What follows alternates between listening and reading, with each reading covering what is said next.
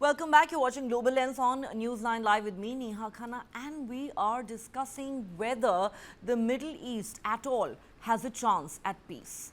Let me go back to Dr. Wael Awad at this point. Dr. Awad, before I bring in the Iran question, I want to ask you a slightly different but a very important question. Antony Blinken, apparently in his meetings with Netanyahu and others, also emphasized on the need for Israel to increase humanitarian aid into Gaza. He even wrote a letter recently, just last week, to Israel saying that it would either have to improve the situation on the ground as far as humanitarian aid coming into Gaza is concerned, or it may potentially face restrictions in military aid from the United States. Now, do you believe that the United States is at all serious about restricting its military aid to Israel if the humanitarian situation does not improve? Chillingly, there's a reference to whether Israel is pursuing a policy of intentional starvation and killing the Palestinians who refuse to leave northern Gaza under the so-called general's plan, which is being pushed apparently by the far-right members of the Netanyahu cabinet. What's your view? Thank you, Neha. I think you have touched very important questions here. I think the question that comes to my mind is, are you kidding? I mean, the United States does not know what is really objective of Israel in the in West Bank or it's in Gaza Strip. They wanted to annihilate, they wanted to reoccupy, and they wanted to declare it a Jewish state, and they wanted to make either the Palestinian as a slave or kick them out by all means. So therefore, the amount of killing, I mean, no human can deny that this much of suffering of the Palestinian, even you don't have to be having a relative sitting in Gaza Strip, you have to see the amount of killing and the genocide going on. It gives you a clear indication that the objective is not Hamas nor Hezbollah in Lebanon. The objective is bigger, far more reach for anybody to understand. And I think these are the objectives Israel have been setting it for long, long years, that they wanted to create a state of Israel from Euphrates to Nile, and we all understand. Even the Israeli finance minister, he has Smotrich, he spoke openly about it, and he said now that it is from Euphrates to Nile, including Syria, Lebanon, Jordan, one third of Saudi Arabia, and Palestine, of course, and the Sinai Peninsula. Not even that. He also went to extension that the capital of the greater Israel will be Istanbul. He's dragging the Turkey into the conflict. So what sort of messages are we getting here? I think what the American and the West are preparing is a regional war. They wanted to take on Iran. But let me clarify 2 points here. 1968 to 1973, there was a 2000 attack by Israelis on Lebanon, which is recorded even by the UN and by the Lebanese government. There was no Hezbollah, there was no Iran. It was no, I mean, Islamic Iran. It was only Shah Iran, where it was have a good friendship and good relations with Israel and the United States. So therefore, the question of Hamas or Hezbollah comes only after the Israeli occupation of the Gaza Strip and also of the occupation of Lebanon, where Hezbollah has come to power. So all these things, I think we need to take on consideration, especially when we are talking and we consider ourselves accountable for whatever fact we stated on these issues. And I think I am doing what exactly we have been following the trends of the Israeli objective and our objective. When the Arab world came forward with an Arab peace plan for the region, it was rejected totally by the Israelis. Even when we went with the Israelis on the in 1992 to Madrid conference, also they have taken two Oslo agreement, Arafah agreement, and both have failed in Jordan and also with the Palestinians. Why? Because Netanyahu does not want to see a Palestinian state. So I think the crux of the problem is the occupation, recolonization, and that cannot continue Israel to leave it is the last colonial enclave created by the Western world inside Palestine. And I think that is the message has to go, that it has to address the issue of the Palestinian. Achieving your security by power in the absence of a political comprehensive peace plan, I don't see any solution, because war does not bring a solution to the crisis. All this has to be taken into consideration. Now, coming to Iran, to wanted to attack Iran, United States and the West are only surviving on freezing the monies of other nations and looting them. whether it was Venezuela, whether it was Iran during the Shah, which they have $12 billion since 1979, whether it's even Afghanistan after occupying Afghanistan for 19 years and also spending trillions of dollars, and they have brought back the Taliban. Are we really seriously thinking that we are living in a very democratic world where we are upholding the freedom and the international UN charter body? I don't see any of these things are seriously. I think this war on Gaza has exposed the hypocrisy of the West in really responding to a humanitarian crisis and to a genocide we are witnessing in the 21st century. I think, the hypocrisy of the West that you talk about can hardly be overstated, honestly, on multiple issues. And this is perhaps the most glaring example that we've seen in recent times, with the West almost looking away from what is happening, the catastrophe, the humanitarian catastrophe that's unfolding in Gaza right before our eyes.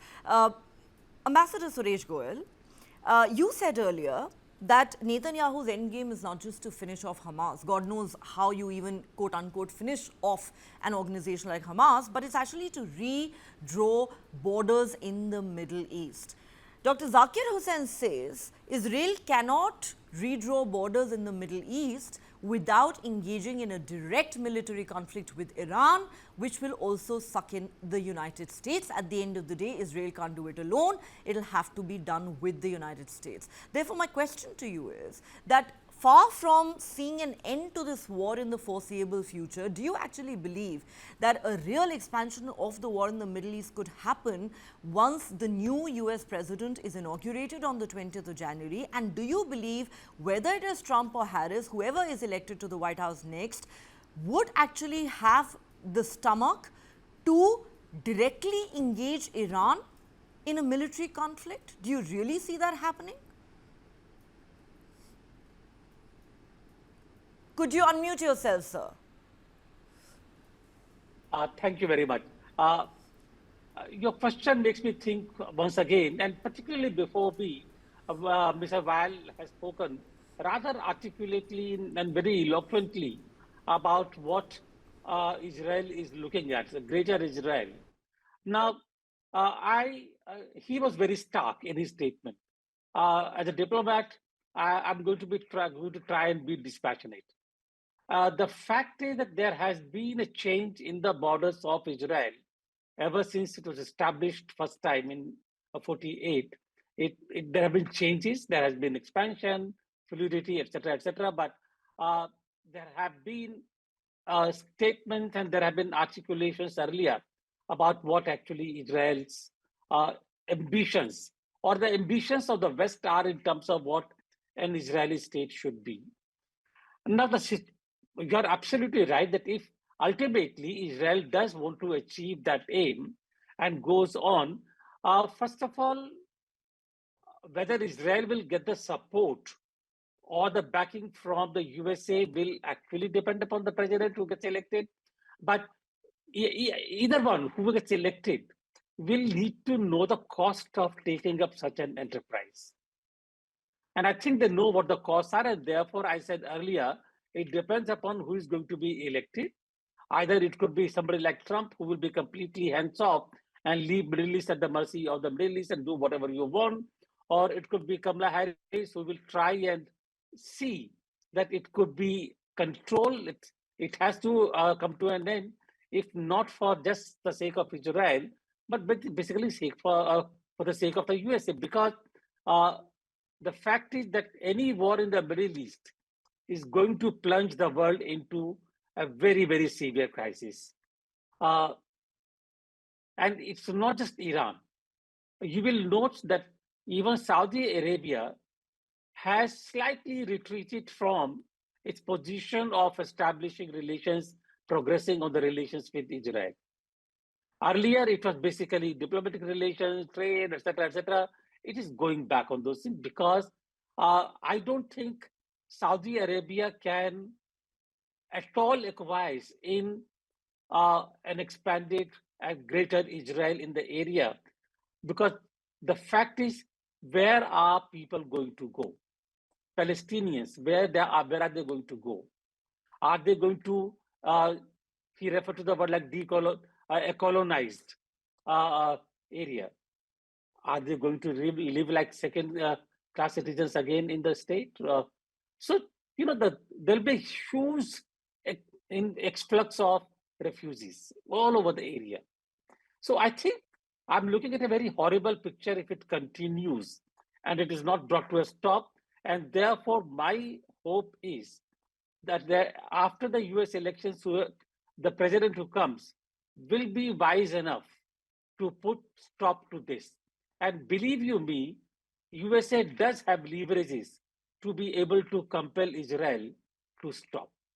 Well, we all share that hope with you, sir. We certainly hope that better sense prevails and that the new president, whoever it is, puts an end to this madness. Will that really come true?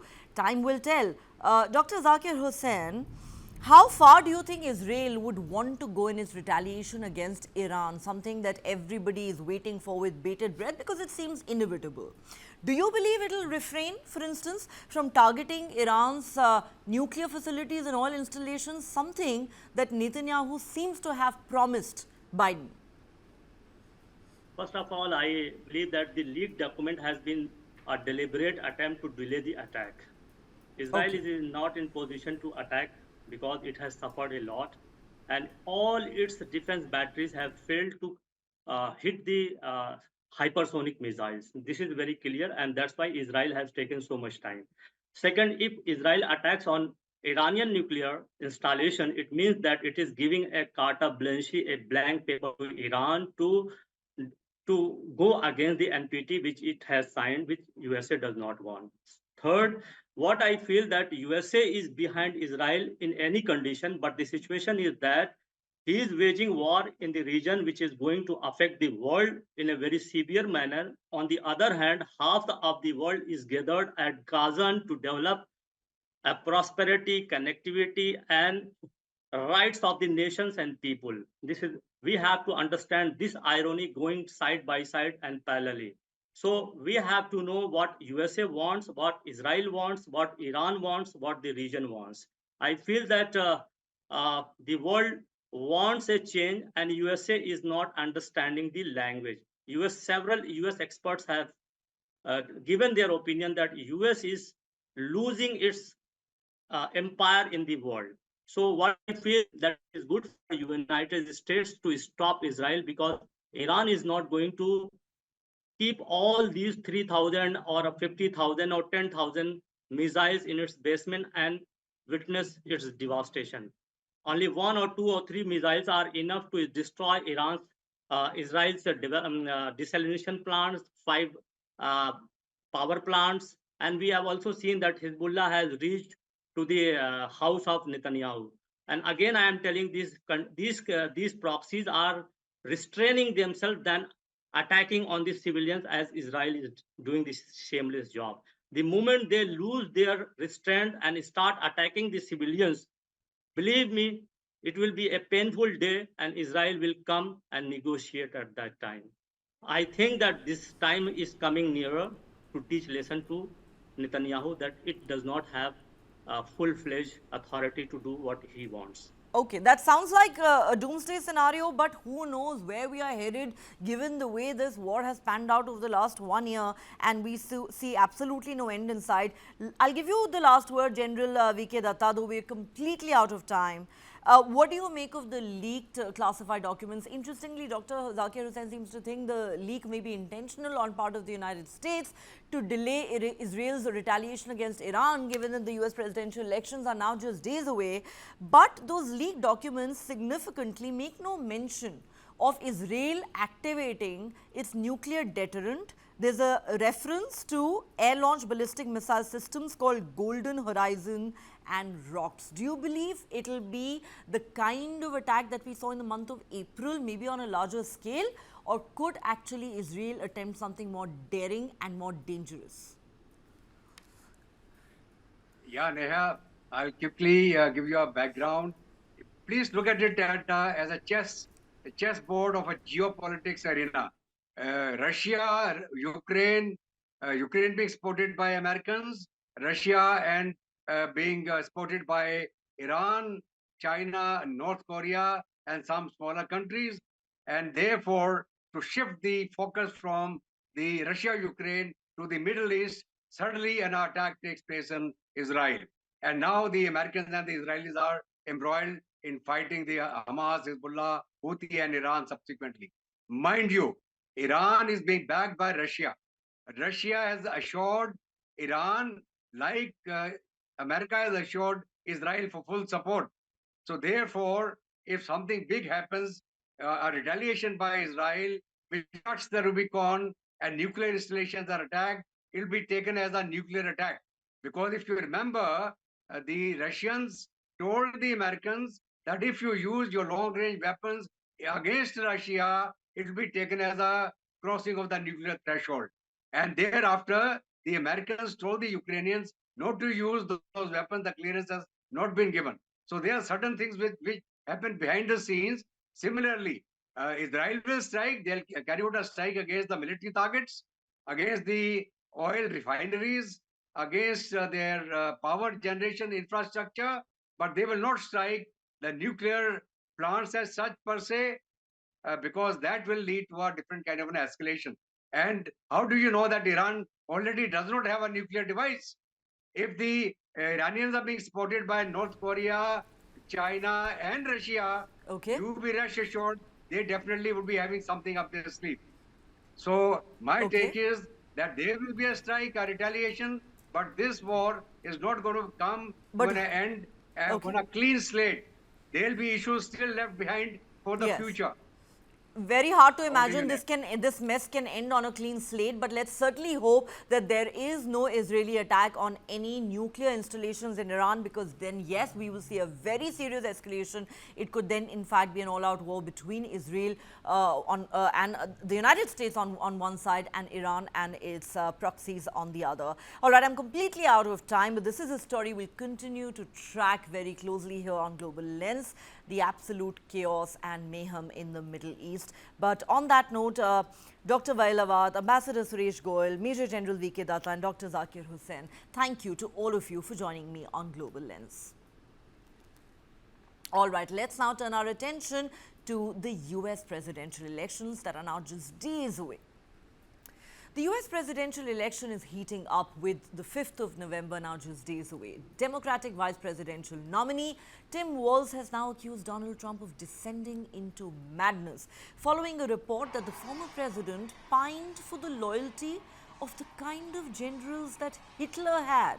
Vice President Kamala Harris's running mate has seized on this report that appeared in The Atlantic as top party figures warn of dark days ahead if Trump wins the presidency, given his often expressed autocratic instincts. A tense atmosphere around a neck-and-neck election has ratcheted up significantly following the appearance of this article that said Trump had stated in a private conversation while he was president, and I quote, "I need the kind of generals that Hitler had."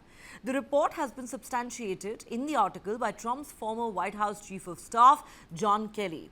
Trump's alleged fixation with Adolf Hitler is also supported by material in several books.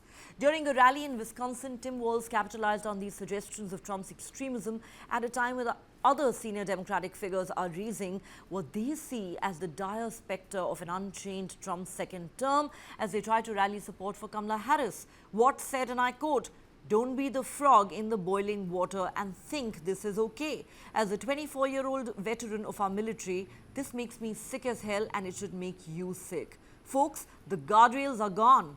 Trump is descending into this madness. A former president of the United States and the candidate for president of the United States says he wants generals like Adolf Hitler had.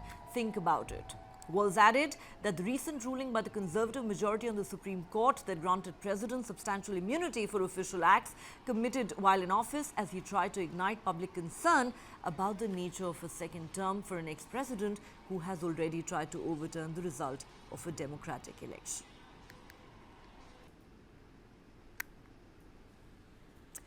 And Donald Trump's campaign has now filed a Federal Election Commission complaint against the UK's Labour Party, accusing it of blatant foreign interference in the US election in favor of the Harris-Walz campaign. The complaint cites media reports about a contact between the Labour Party and the Harris campaign, as well as apparent volunteering efforts, arguing that this amounts to illegal contributions. Reports say Labour Party activists campaigning in the US presidential election are doing so in their personal capacity. Specifically, the complaint cites newspapers reporting that Labour-linked individuals have travelled to the United States to campaign for Kamala Harris. That, the complaint alleges, creates a reasonable interference that the Labour Party has made and the Harris campaign has accepted illegal foreign national contributions. The letter refers to the Washington Post reports and cites a social media post on LinkedIn in which a Labour staff member said that nearly 100 current and former Labour Party members will be headed to the battleground states in the US. The post appears to have been deleted since then. The complaint makes comparisons to an international program in 2016 in which the Australian Labour Party sent delegates to help with Bernie Sanders' campaign. And well, if it is the US presidential election, can Barack Obama be left out of action? In a surprise moment on the campaign trail, former US President Barack Obama was seen rapping Eminem's hit song Lose Yourself on Tuesday night during a rally in Detroit. Obama, who was campaigning for Kamala Harris and Tim Walz, shared that he is in fact a fan of the rapper. I think Vice President Harris supports a future for this country where these freedoms and many others will be protected and upheld. And here to tell you much more about that, President Barack Obama.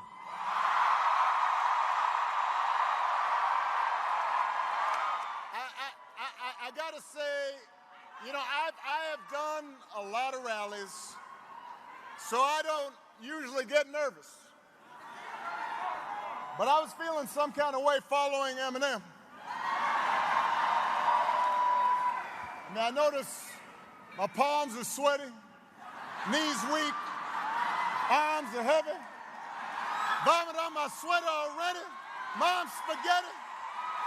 I'm nervous, but on the surface I look calm and ready to drop bombs, but I keep on forgetting.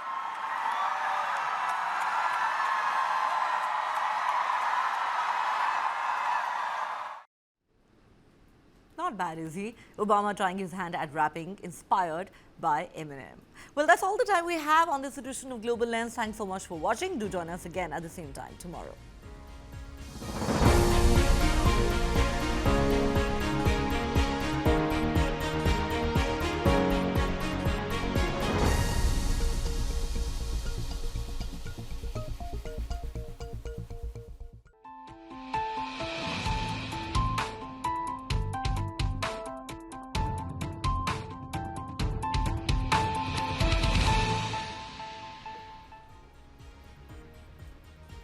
Hello and welcome to this brand new edition of Global Lens on Newsline Live with me, Neha Khanna. As always, we have a packed show for you. Let's get started with our big focus.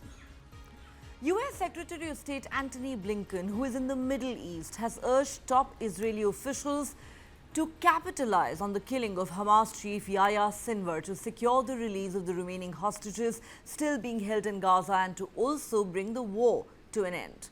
However, there is little evidence that either of those goals are within close reach. A senior US administration official has said, after a series of big and productive conversations in Israel, Blinken discussed in detail with Israeli Prime Minister Benjamin Netanyahu and Defense Minister Yoav Gallant the ways in which they can capitalize on what is a strategic success already and some concrete steps that can be taken next. The top US diplomat, who has made regular trips to the region since the beginning of the Israel-Hamas war in October last year, was dispatched to the Middle East by President Joe Biden in the wake of Hamas chief Yahya Sinwar's killing by the Israeli military last week. Even as US officials urged the Israeli government to make use of the opportunity created by Sinwar's death, they have downplayed the prospect of a quick resumption of long-stalled hostage and ceasefire negotiations. The Israeli readout of the Netanyahu-Blinken meeting also said that they discussed the progress of the fighting in Gaza against the Hamas terror organization and the supreme efforts that Israel is making to bring back all the hostages back home, without mentioning any push to bring the overall Gaza conflict to a swift close. Israeli officials have given no public indication that they plan to end the war anytime soon. Instead, they have continued their military campaign in northern Gaza that has left the area in dire and desperate need of humanitarian aid, a key topic of conversation in Blinken's multiple meetings in Israel. The potential for regional conflagration still looms large over Blinken's trip, which will now continue on to Saudi Arabia. Israel is yet to carry out its expected response to Iran for a ballistic missile attack earlier this month and is containing its military campaign against Hezbollah in Lebanon. US officials acknowledged that the impact of Sinwar's death on hostage negotiations remains unclear, particularly amid uncertainty about who will succeed him to lead Hamas. During his meetings in Israel, Blinken also emphasized on the need to increase humanitarian aid into Gaza. Last week, he had written a letter to the Israeli government demanding that they improve the situation or potentially face restrictions in military aid from the United States. The top US diplomat directly raised questions with Netanyahu about whether the Israeli government was pursuing a policy of intentional starvation and killing the Palestinians who refused to leave northern Gaza, the so-called General's Plan, reportedly pushed by far-right members of the government. During the meeting, apparently Netanyahu and his top advisor, Ron Dermer, made a commitment that it is not their policy, and Blinken urged them to make that clear publicly. That's what recent reports suggest. However, neither the Israeli readout of the meetings mentioned humanitarian aid. Meanwhile, Israel has confirmed the killing of the presumed next leader of Hezbollah in an airstrike on southern Beirut earlier in October. In a statement on Tuesday evening, the Israeli military said strikes in the suburb of Dahieh had killed Hashem Safieddine and Ali Hussein Hazima, the head of the militant group's intelligence branch, 3 weeks ago. Safieddine was the head of Hezbollah's highest decision-making body, the Executive Council, and was reportedly picked as the successor to Hassan Nasrallah some years ago. Nasrallah was recently killed in an Israeli airstrike. Safieddine was also a cousin of the former Secretary General and was seen as having much of the same charisma that inspired the cult of personality around Nasrallah. It remains unclear who will take the helm as the next leader of the Hezbollah group. Alongside blows to its political leadership, almost all of Hezbollah's senior military cadre has been killed by Israel in the last 3 months. The strike that killed Safieddine also killed 25 other Hezbollah leaders, according to Israel. Despite the losses in the command structure, Hezbollah has insisted that the group retains its organizational strength. Hezbollah fighters have been engaged in daily clashes with Israeli troops since Israel announced its ground incursion into Lebanon on the 30th of September. Israeli tanks have been spotted in villages along the Israel-Lebanon border, and entire towns have been leveled in South Lebanon by Israeli remote detonations. Israel has said its ground operation into South Lebanon is meant to degrade Hezbollah infrastructure along the border to prevent the group from launching cross-border attacks into Israel. Over the past few days, Israel has stepped up its aerial campaign in Lebanon, striking infrastructure connected to a Hezbollah-linked bank, Al-Qard al-Hassan, which it accused of financing the organization. Israel also carried out strikes on Greater Beirut on Monday night, killing 18 people, including 4 children, and wounding 60 in a strike in Dahieh. The strike also caused major damage to the nearby Rafiq Hariri University Hospital, Lebanon's largest public hospital. As the world waits with bated breath to see how Israel retaliates against Iran's ballistic missile attack that was carried out earlier this month, US investigators are trying to find out how a pair of highly classified intelligence documents were leaked online. The documents, which appeared on the messaging app Telegram last Friday, contain an alleged US assessment of Israeli plans to attack Iran. The assessment is based on interpretation of satellite imagery and other intelligence. On Monday, White House National Security Council spokesperson John Kirby said President Joe Biden was deeply concerned about these leaks. For 3 weeks now, Israel has been vowing to hit Iran hard in retaliation for Iran's ballistic missile attack on Israel on the 1st of October. Iran says that was in response to Israel's assassination of the Hezbollah leader Hassan Nasrallah on the 27th of September. Taken together, the two leaked documents are a classified US assessment of Israel's preparations to hit targets in Iran. What features prominently is the mention of two air-launched ballistic missile or ALBM systems, Golden Horizon and ROX. ROX is a long-range missile system made by the Israeli company Rafale and designed to hit a variety of targets. Golden Horizon is thought to refer to the Blue Sparrow missile system with a range of around 2,000 kilometers. The significance of this is that it would indicate that the Israeli Air Force is planning to carry out a similar but greatly expanded version of its ABLM attack on an Iranian radar site that was carried out near Isfahan in the month of April this year.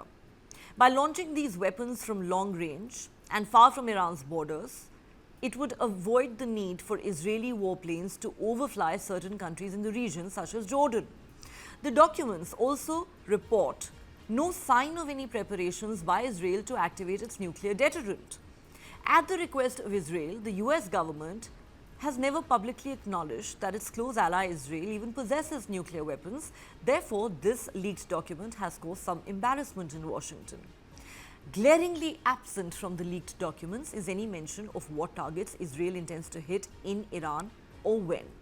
The US has made no secret of its opposition to the targeting of either Iran's nuclear research facilities or its oil installations. That leaves military bases, most likely those belonging to Iran's Revolutionary Guards Corps and its affiliated Basij militia, as these two institutions are seen as the backbone of the Islamic Republic, projecting its military reach abroad and suppressing popular protest at home. As regards the timing of it, many had expected Israel to have carried out its promised retaliation against Iran by now. Part of the delay in Israel's response is likely due to the US concerns over escalation with just days to go before its presidential elections. The question we're asking on Global Lens is this: does the Middle East have a chance at peace? U.S. Secretary of State Antony Blinken has touched down in Israel for his 11th visit to the region. He aims to press Israeli Prime Minister Benjamin Netanyahu for an end to the war in Gaza and diffuse escalating tensions between Israel and Lebanon's Hezbollah movement. It's his last trip there before a presidential election that could upend U.S. policy, and he faces an uphill battle on both fronts. During his talks with Netanyahu on Tuesday, Blinken spelled out U.S. hopes that the death of Yahya Sinwar, Hamas's leader, will provide a new opportunity for peace. But Netanyahu's office has made no mention of any potential ceasefire yet. For its part, Hamas has refused to free scores of hostages seized on October 7th of last year, without an Israeli pledge to end the war and pull out of the territory. Hours ahead of Blinken's visit, air raid sirens sounded in Tel Aviv, signaling incoming rockets from Lebanon. Hezbollah later claimed responsibility for Tuesday's attack, as well as a drone attack on Netanyahu's holiday home on Saturday, adding that there would be no negotiations while fighting continues. I believe very much that the death of Sinwar does create an important opportunity to bring the hostages home, to bring the war to an end, and to ensure Israel's security. And that's exactly what our conversations today focused on with our Israeli colleagues, including arrangements for the period following the end of the conflict. And we know that there is a unique opportunity that following the killing of Sinwar and the other circumstances that have evolved, there is a unique opportunity to make a special effort to employ all tools necessary and possible to move forward and bring the hostages back home. I believe very much that the death of Sinwar does create an important opportunity to bring the hostages home, to bring the war to an end, and to ensure Israel's security. And that's exactly what our conversations today focused on with our Israeli colleagues, including arrangements for the period following the end of the conflict. And we know that there is a unique opportunity that following the killing of Sinwar and the other circumstances that have evolved, there is a unique opportunity to make a special effort to employ all tools necessary and possible to move forward and bring the hostages back home. All right. So, what should we make of these statements that are being made by Antony Blinken, America's top diplomat, following his meetings with the Israeli Prime Minister and other top Israeli officials? Let's introduce our guests. Joining me on Global Lens is Dr. Wael Awad, Strategic Affairs analyst, someone who watches West Asia, Ambassador Suresh Goel, former Indian diplomat, Major General V.K. Datta, defense and geopolitical expert, and Dr. Zakir Hussain, a Middle East expert and analyst. A very warm welcome to you, gentlemen. Dr. Wael Awad, let me begin with you.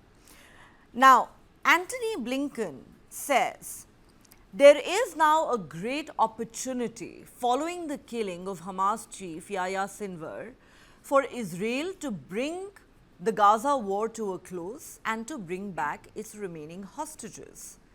Do you believe Netanyahu and his government are at all interested in bringing this war to a close anytime soon? What do you make of the Biden administration's latest push for a ceasefire and return of the hostages? Oh, thank you, Neha. I think there are two issues here. We have to see the American position on the ongoing war on Gaza and the West Bank. In fact, if we have to believe this scenario, then we have to believe that the Israeli taking the American for a ride, that they don't know exactly what is the objectives of Netanyahu of annihilating the whole of Gaza Strip and obliterating every livelihood in that area, including the Palestinians who have been suffering on a daily basis. And we can see the amount of killing, the hospitals, the northern part of Gaza has been flattened by the Israeli forces. And yet there are many thousands of people are leaving, and we can see the hospital have been attacked and people are dying. So there is no question that the American administration is not aware of the ongoing war. If that is the question of Sinwar, then let us go and negotiate on the table. Though he made a statement that they are against the Israeli reoccupation of Gaza Strip, but I don't think he is in a power where he can dictate the Israeli terms, especially in his last days in office.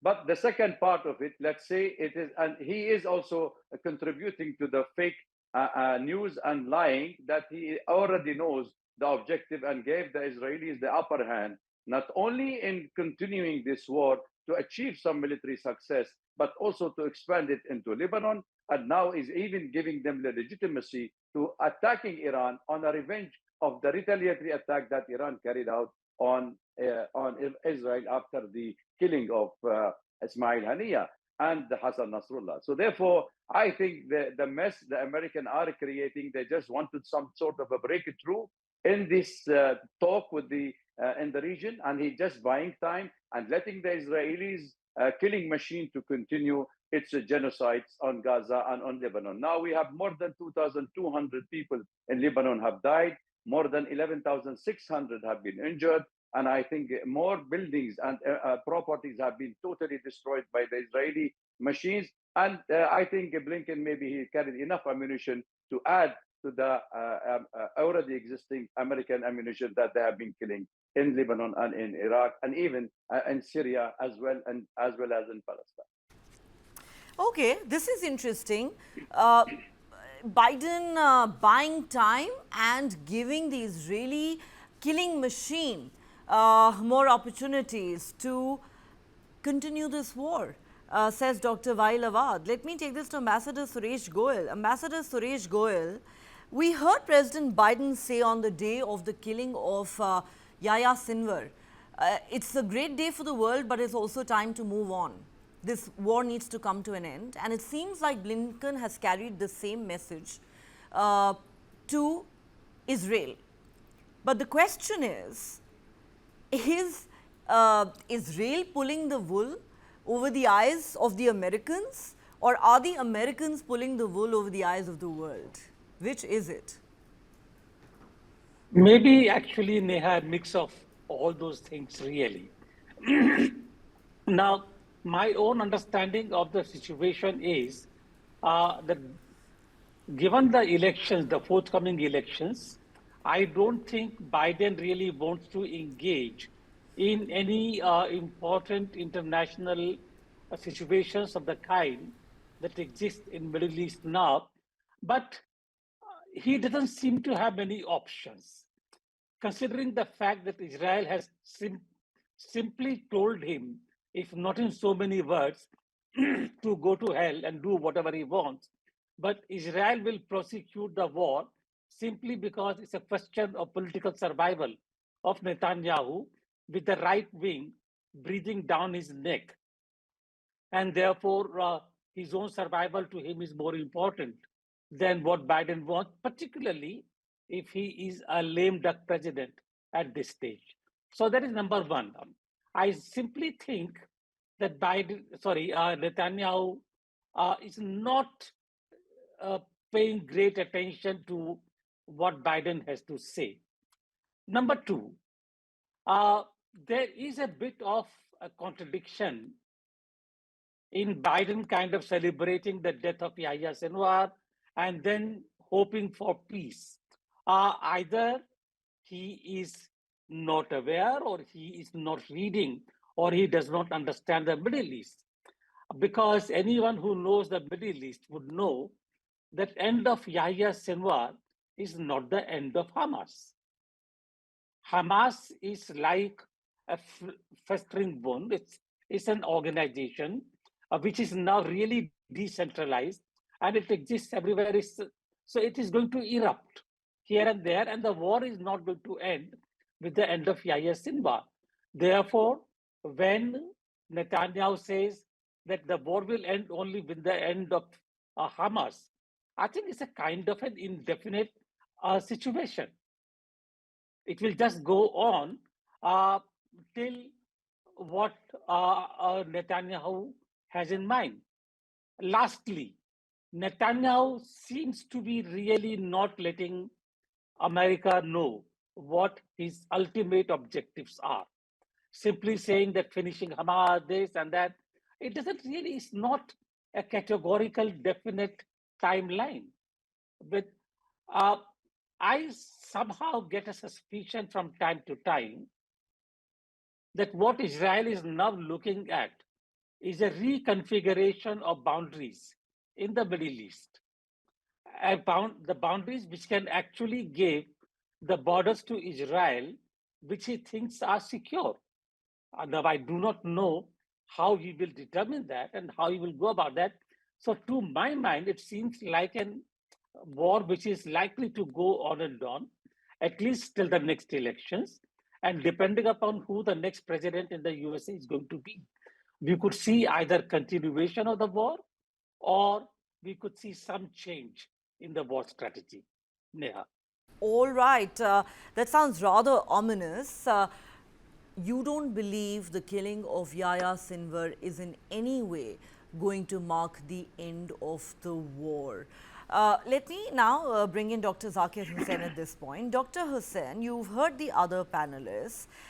Interestingly, Ambassador Goel also seems to think that the end game for Netanyahu is not just destroying Hamas, it's actually to redraw the borders in the Middle East so as to quote unquote secure Israel.